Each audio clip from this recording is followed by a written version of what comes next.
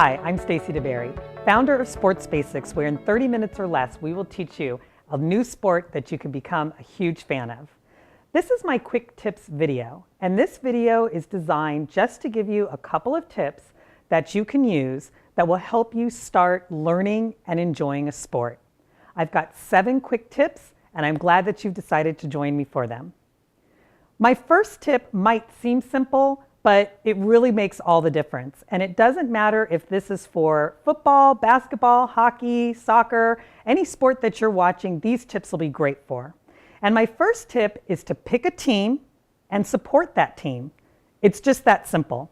When you're learning a sport, if you don't have a team that you're sort of cheering for or rooting for, it's going to kind of make learning a sport pretty boring. I mean, let's face it, that's what sports is all about. One team wins and one team loses. So you want to have a team that you can rally behind, cheer for, and support. Now, people can pick teams for whatever reason they want. Most people will pick the team that represents their hometown or represents the college or the school where they went to. But you can pick a team for whatever reason you want. Maybe you vacationed there and you liked it. Or maybe you have a relative who lives there. Or maybe you like the colors of the team. I remember when I was a little kid, I used to love the Pittsburgh Steelers. My dad was a big football fan and they were always on TV, and I just thought that the black and gold was such a great color, and I remember being a fan of them for years just because of that reason. So don't let anybody tell you that the reason why you've picked your team is stupid. You pick a team for whatever reason that you want, and you follow and support and root for that team. Now, tip number 2 is also similar.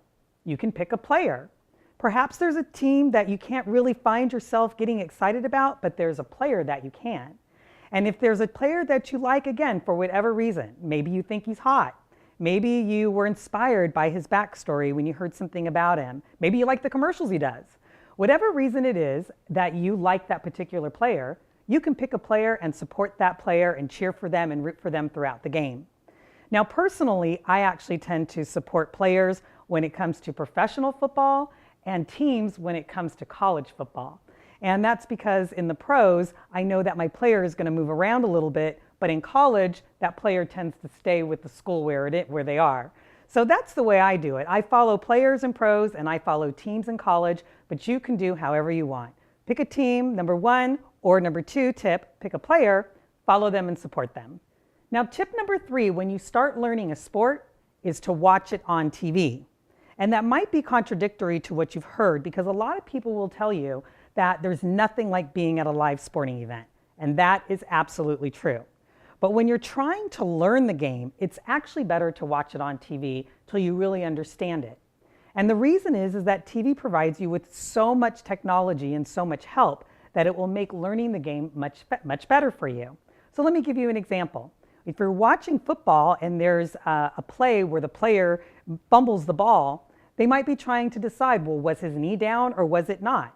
And on television, they can zoom in on that. You've got the announcers who are watching the game and commentating on the game who will draw arrows and circle things. So as you're watching the game on TV, you will definitely get a much better understanding of what's going on with the game, just because technology or the announcers are going to be able to help you through. So although there's nothing like going to a real sporting event, and once you really do get the knowledge of the game down, you should absolutely do that. If you're trying to learn the game, it's actually best if you start by watching it on TV. Now that's tip number 3. Tip number 4 is to use the scoreboards. Every sport actually has a scoreboard that's designed just for their sport. And that scoreboard contains a wealth of information.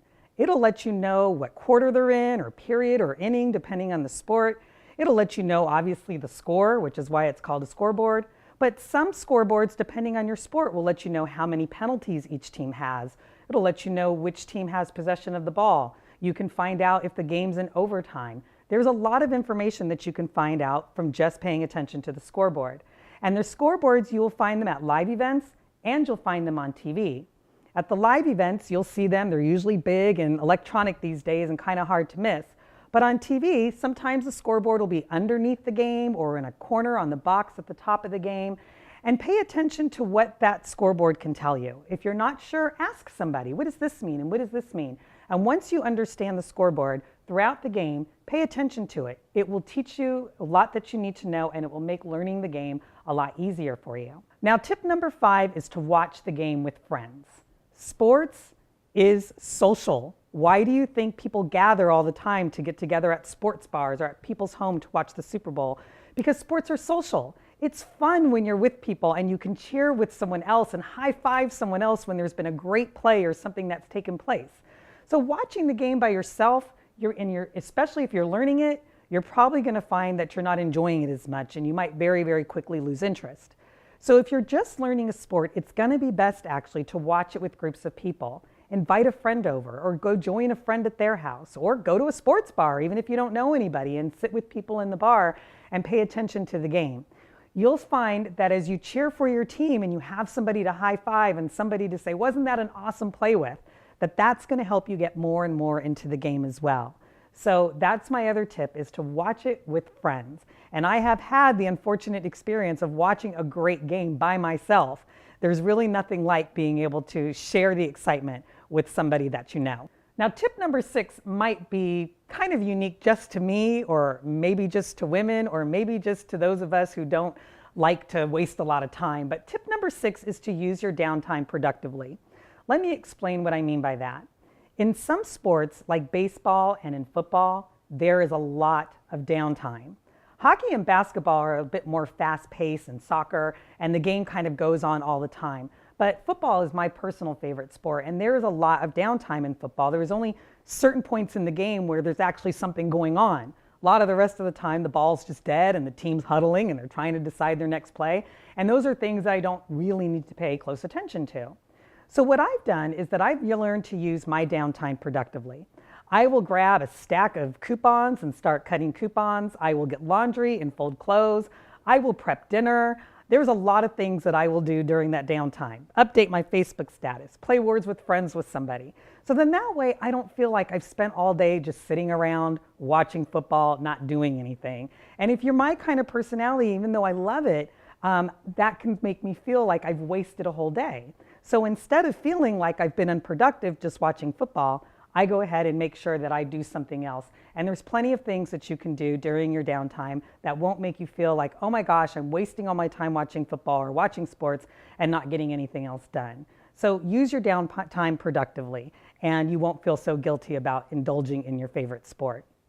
And that's a good segue into my final tip, tip number 7, which is to relax and enjoy it. Now, I know that might sound a bit contradictory to what I just told you, but how I do sports is that I find out what games are coming on. What games do I really, really want to see? Is number 2 playing number 5? Is my favorite pro team playing their crosstown rival? Is there a game that I just really, really want to see? And if there is, then what I do is I give myself permission to take those 3 or 4 hours out of the day to just sit back and enjoy it. And when that game comes on, I might have the other games on throughout the day where I'm using that downtime productively. But when that one particular game that I really want to see, or 2 games that day that I really want to see come on, then I do go ahead and give myself permission to grab a drink and grab a snack and put my feet on the couch and tell everybody in the house, do not bother me, I am watching the game. So give yourself permission to do that as well, to sit back and relax, because you have to be enjoying sports in order for you to learn more about it and in order for you to really benefit from it. So I hope that these quick tips are something that you can use that will really make you, as you start learning a sport, that will really make you learn it faster and have a lot more fun doing it. So now is a good time after you've watched this video to learn the basics of a sport.